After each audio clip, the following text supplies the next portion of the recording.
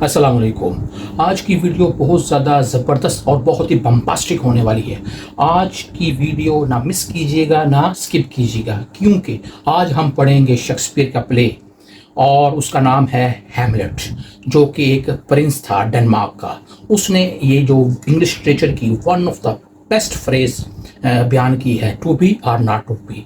आज हम इसके बारे में डिस्कस करेंगे, ये क्या है, क्यों उसने बयान की, क्यों कहा उसने टू बी और नॉट टू बी, और इसका कैरेक्टर देखेंगे, उसके इनर कॉन्फ्लिक्ट्स देखेंगे और इसके थीम्स देखेंगे कि हैमलेट में थीम्स क्या क्या हैं।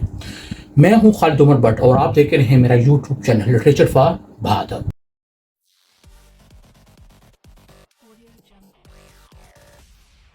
टू बी और नॉट टू बी को डिस्कशन में आगे फर्दर इसको एक्सप्लोर करने से पहले मैं ये बताता चलूँ कि ये जो शेक्सपियर है ग्रेट इंग्लिश ट्रेजेडियन है और इसने तकरीबन 33 ड्रामास लिखे हैं जो स्टेज पे परफॉर्म होते थे, और इसने कॉमेडीज़ भी की हैं।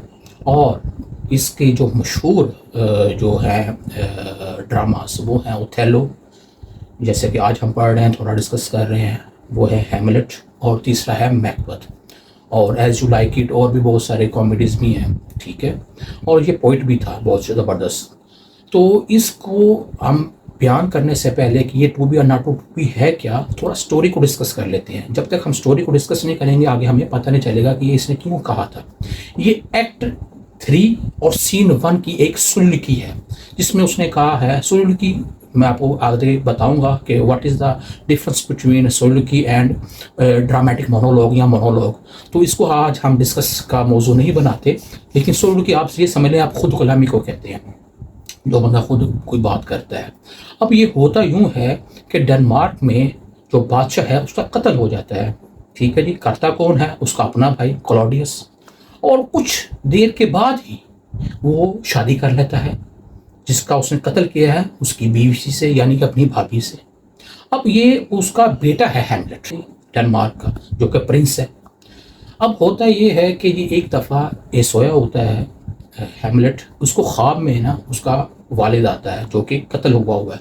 ये उसको बताता है कि मुझे मेरे भाई ने कत्ल किया है जिसका नाम क्लॉडियस है, और तुमने उसका मेरा मतलब बदला लेना है अपने चाचा से।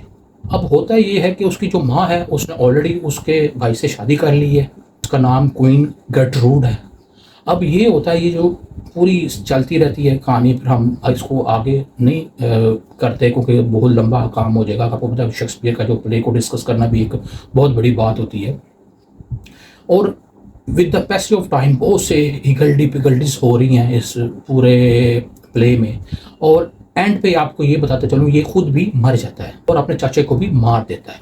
लेकिन होता यूँ है कि जब वो उसको कह देता है ना कि मेरा बदला लेना है, तो उसके अंदर इंटरनल कॉन्फ्लिक्ट स्टार्ट होने लग जाते हैं। इसके करैक्टर के अंदर कैथारसिस स्टार्ट हो जाता है कि टू बी और नॉट टू बी, कि मैं ज़िंदा रहूँ या मर जाऊँ, क्या करूँ। ऐसी ये कोई ज़िंदगी है कि मैं एक्शन भी नहीं ले सकता, कि मेरे बाप का कत्ल हुआ है, मेरे चाचे ने मतलब मारा है और मैं उसको मार भी नहीं पा रहा।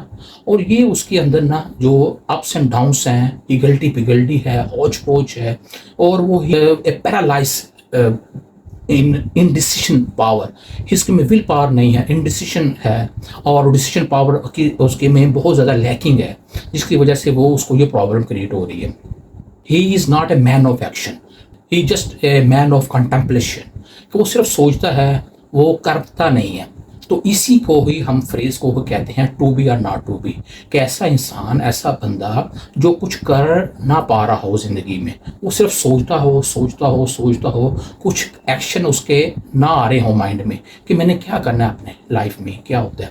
अब ये तो एक कहानी की सूरत में आपको ये पता चल जाएगा कि भाई ये मैन ऑफ एक्शन नहीं है और ये जस्ट मैन ऑफ कंटेम्पलेशन है। अगर हम इसको अपनी ज़िंदगी में लेके आएँ तो उसमें भी हमें पता चलेगा कि आजकल जो वो भी हमारे स्टूडेंट्स हजरात भी हैं या लोग भी हैं जो आजकल सिर्फ हम ख्वाबों की दुनिया में रहते हैं, और हम कुछ कंक्रीट फॉर्म में या प्रैग्मेटिक अप्रोच के साथ और प्रैक्टिकली कुछ नहीं कर पाते, सिर्फ ड्रीमी लैंड में रहते हैं, हमने इमेजिनेशन में हम सिर्फ रहते हैं। हमारी जो स्टूडेंट हजरात ज़्यादातर हैं वो कहते हैं कुछ करना ना पड़े, बस ऐसे बैठे बिठाए हम पास पास भी हो जाए या अच्छे नंबर भी आ जाए या ज़िंदगी में जो सक्सेसेस ऑफ लाइफ है वो हमें मिल जाए, बेटा ऐसा नहीं मुमकिन है।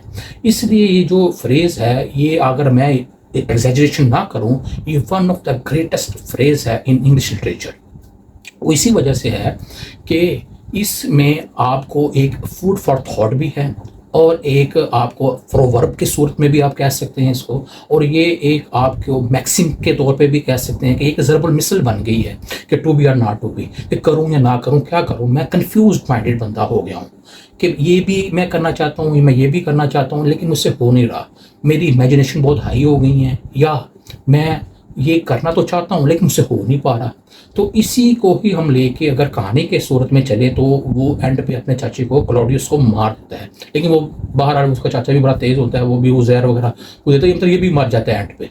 तो ये थी हमारे कहानी और टू बी और नॉट टू बी की एक्सप्लेनेशंस। फर्दर हम नेक्स्ट जो इसी वीडियो का जो हिस्सा है, पार्ट है, उसमें हम इसके थीम्स भी देखते हैं, डिस्कस करते हैं कि इस प्ले में वो क्या क्या थीम्स हैं जो हमें बहुत ज़्यादा अंदर से ही हिला के रख देते हैं कि यार कमाल है ये प्ले, क्यों इतना मशहूर है शेक्सपियर, वो हम देखेंगे इसमें। और उसके करैक्टर को देखेंगे, उसका करैक्टर ना ऐसे हमें लगता है जैसे कि ना वो एक पैरालाइज है, इनडिसीजन उसके अंदर है, वो डिसीजन पावर नहीं ले पा रहा, बेबस आप कह सकते हैं, और उसके अंदर ना रेस्टलेसनेस है कि क्या करूं क्या ना करूं, क्या हो रहा है मेरे साथ, क्या हो रहा है। तो ये हम अगले हिस्से में देखते हैं।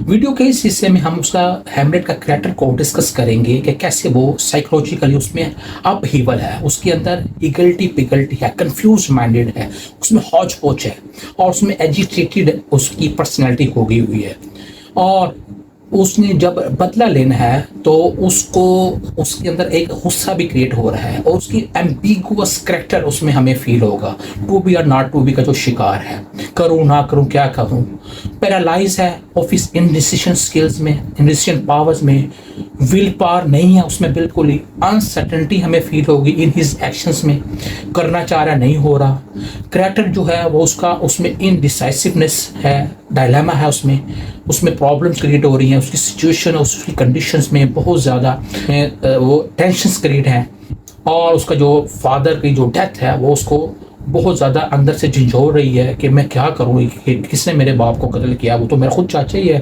तो मैं उसको कत्ल करना मैं कैसे करूँ। तो ये जो उसका बाप है वो जो कत्ल हुआ है, ये उसको मोटिवेट भी करता है कि तुम अपने चाचू को मारो, तो उसके अंदर बहुत ज़्यादा उसके अंदर गुस्सा और उसमें टेंशन्स और उसमें बहुत ज़्यादा रिवेंज लेने वाला जो पैशन होता है वो क्रिएट हो गया हुआ है। लेकिन उसको फियर ऑफ डेथ भी है कि कहीं वो मारूंगा तो मैं खुद भी ना मर जाऊं, लेकिन वो फिर भी कसम खाता है कि मैं बदला लूँगा, किसको मारने के लिए, अपने खुद के चाचे को, और वो एंड पे इस पर कामयाब भी हो जाता है। तो ये था हमारा आज का जो लेक्चर, जो इसमें बयान किया है कि कैसे एक नॉर्मल एक बंदे ने कैसे वो एक कातिल बन गया, किस वजह से, एक पैशन के तौर पे कि उसके वालिद को जब आप कोई मार देता है तो जाहिर है उसके अंदर भी एक ऐसा पैशन क्रिएट होता है कि मैं अपना बदला ज़रूर लूँगा। तो ये बदला लेने की सूरत में एक पॉइजन ट्री अंदर क्या होता रहता है, बढ़ता रहता है, जिसकी वजह से एंड पे क्या होता है, दोनों ही मर जाते हैं। वीडियो के इस हिस्से में हम थीम्स को डिस्कस कर लेते हैं कि हैमलेट में कौन कौन से थीम्स यूज़ किए हैं शेक्सपियर ने। इसमें बेशुमार थीम्स हैं जिसको हम फर्दर आहिस्ता आहिस्ता ग्रेजुअली हम इसको डिस्कस करते हैं। जो पहला थीम है वो है थीम ऑफ डिसेप्शन, दूसरा है इनडिसाइसिव नेचर ऑफ हैमलेट, तीसरा है अपीयरेंस एंड रियलिटी, जिसको हम कह सकते हैं पॉइजन ट्री के तौर पे भी कि कितना जहर है लोगों के दिलों में, अनसर्टेनिटी फील होगी हमें इसमें, moral values versus ambitions of life feel होगा, fate versus free will feel होगी हमें, meaning of real purpose of life feel होगा कि जो लोगों में इसमें नहीं होता आजकल, सेल्फ आइडेंटिटी फील होगी कि हम अपनी सेल्फ डिस्कवरी या हम अपना कैथारसिस कर सकें, मैडनेस फील होगी, subjective feelings versus objective realities of life जो कि बिटर होती हैं, सीवियर होती हैं और पंजेंट होती हैं, ये फील होगा हमें, कन्फ्रंटेशन ऑफ रियलिटी फील होगी, एग्जिस्टेंशियल डायलेमा फील होगा, रैशनैलिटी वर्सेस इरैशनैलिटी फील होगी, सेल्फ इंटरेस्ट फील होगा, पावर गेनिंग जो है वो हमें फील होगी कि कैसे डेस्पोटिक रूलर जो होते हैं वो कैसे पावर लेते हैं। ठीक है, ये यूनिवर्सल लॉ है जो आजकल भी हो रहा है। Loyalty versus desires of life हमें इस प्ले में नजर आएंगी। जस्ट इडिपल कॉम्प्लेक्स भी हमें फील होगा, जैसे कि इडिपस रेक्स में हमें फील हुआ था कि जो लव करता है अपनी मदर को, गर्टरूड को भी ये भी लव कर रहा है, जैसे इडिपस रेक्स में बाय सोफोक्लिस ने बयान किया था। So these are the great themes of Hamlet. लेकिन जी आज का जो सेंटेंस है हमारे बाद स्टूडेंट्स के लिए वो ये है, पब्लो पिकासो ने एक दफ़ा कहा था, action is the fundamental key to all successes of life. जी मेरे बाद अब स्टूडेंट्स, कैसी लगी आज की वीडियो, क्या सीखा आपने? टू बी और नॉट टू बी, आपने हमेशा लाइफ में ये बात अपने ज़हन नशीन कर लें ये बात को कि आपने भी मैन ऑफ एक्शन बनना है, मैन ऑफ कंटेम्पलेशन नहीं बनना। ठीक है जी। इस प्ले में हमें बहुत ज़्यादा इंटरनल मीनिंग्स भी मिलती हैं और बहुत ज़्यादा ये प्रोवोकिंग प्रोफाउंड किस्म का विजडम भी हमें मिलता है, किसका? लाइफ का। डीप इनर मीनिंग्स भी देता है ये हमें कि हमें सोचने समझने की हमारे जो अंदर की बसीरत है तो हमें उसको उजागर करना है कि हमें लाइफ के बारे से क्या करना है। और इसमें हमें रियलिस्टिक अप्रोच भी मिलती है ज़िंदगी की, जिसमें क्या होता है कि डार्कर साइड ऑफ लाइफ को देखा जाता है, स्केप्टिसिज्म भी है, फियर ऑफ डेथ भी है। लेकिन आपने हमेशा ही इस बात का ख्याल रखना है कि आपने अभी ज़िंदगी का आगाज़ किया है, आगे आपने बहुत ज़्यादा सक्सेसेस ऑफ लाइफ देखनी है। उसके लिए आपको क्या करना पड़ेगा? एक्शन लेना पड़ेगा। और एक्शन कब लेंगे आप? जब आपके अंदर रेजोल्यूशन, रेजिलियंस और आपके अंदर डिटर्मिनेशन और डिवोशन के साथ आप अपने और पूरी अटेंशन के साथ अगर आप अपना काम करेंगे। और काम क्या है? वो यही है, इल्म सीखें और दूसरों को सिखाएं। ले जी, ये था आज की हमारी वीडियो। इंशाल्लाह उम्मीद करता हूँ कि आपको ये बहुत अच्छी लगी होगी। तो हमारे चलते चलते मैं ये भी आपको बता दूँ कि नेक्स्ट जो वीडियो है हमारी वो इंशाल्लाह मैकबथ की जो लाइंस हैं, tomorrow and tomorrow and tomorrow, उसके ऊपर हम डिस्कस करेंगे। ये भी जो आइकॉनिक लाइंस हैं जैसे कि आज हमने पढ़ी हैं, ये भी बहुत ज़बरदस्त वीडियो होने वाली है। जी मेरे प्यारे बात स्टूडेंट्स, एंड पे बस मैं यही कहूँगा, I appreciate your time and attention. Thanks for being part of this English literature community. I hope so you enjoyed that video and please be sure to share it with others। देखते रहिए मेरा channel literature for बात।